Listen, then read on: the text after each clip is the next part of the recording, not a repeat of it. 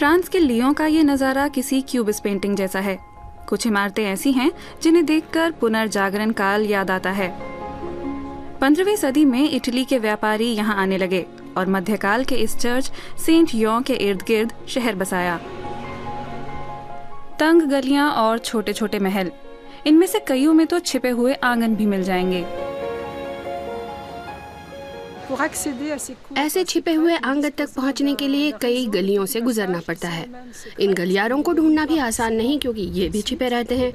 इन गलियों से होते हुए एक सड़क से दूसरी तक पहुंचे, तभी ये आंगन दिखते हैं।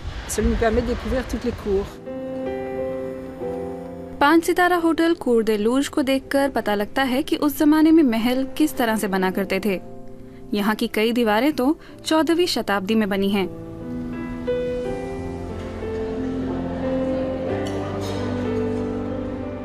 सेंट यों के ठीक ऊपर है बासिलिका फॉन फूरवियर। यहाँ बड़ी तादाद में सैलानी आते हैं। यहाँ से शहर का बेहतरीन नजारा दिखता है। ये शहर 2 नदियों के बीच है, रोन और साओन, इसीलिए ये द्वीप जैसा भी लगता है। शहर की 2 खास जगह हैं, बेलकूर प्लेस और टाउन हॉल। आलीशान मकान और बेहतरीन दुकान, यहाँ की ये सड़कें पेरिस का एहसास कराती हैं। बड़े बड़े लग्जरी बुटीक और खरीदारी के भरपूर मौके। कभी लियों में कपड़े की बुनाई और रेशम का काम हुआ करता था। धीरे धीरे कपड़ा बनाने वालों के लिए जगह कम पड़ने लगी और वे शहर के बाहर उत्पादन करने लगे। 19वीं सदी में रेशम की बुनाई करने वाले 30,000 कारीगर मौजूद थे।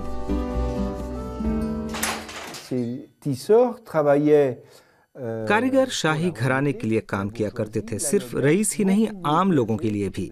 यहाँ तक कि वे पादरियों और सेना के लिए भी काम करते थे। बाद में उन्होंने देश के बड़े महलों में सजावट का काम संभाला, जैसे कि वर्साय, फोंटेनब्लो और लुवरे में।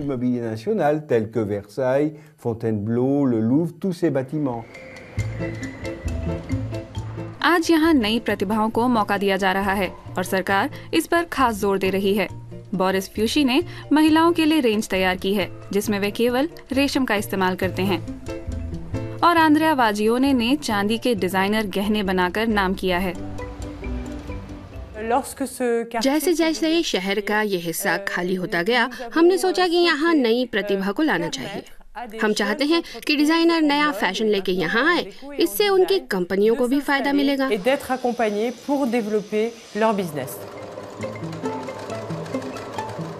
कला की कोई सीमा नहीं होती। अब तक करीब 150 डिजाइनर अपनी छोटी छोटी कंपनियां शुरू कर चुके हैं। खाने पीने के लिहाज से लियों को फ्रांस की राजधानी कहा जाता है। इसका श्रेय जाता है यहाँ के स्टार शेफ पॉल बोक्यूज को। शुरुआत एक रेस्तरां से हुई, लेकिन अब वे 5 और रेस्तरां चलाते हैं जो पुराने रेलवे स्टेशन में बने हैं। लोग जानते हैं कि अगर खाने के साथ बोक्यूज का नाम जुड़ा है तो उम्दा पकवान की गारंटी है। बूशा नाम के ये कैफे लोगों में बहुत लोकप्रिय हैं। कैफे दे फेडरेशन में बिना जेब ढीली किए लियों के खास डिश का मजा लिया जा सकता है।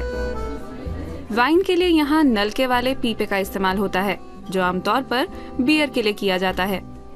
इन्हें जिन बोतलों में भरा जाता है उन्हें लियों में पॉट कहते हैं।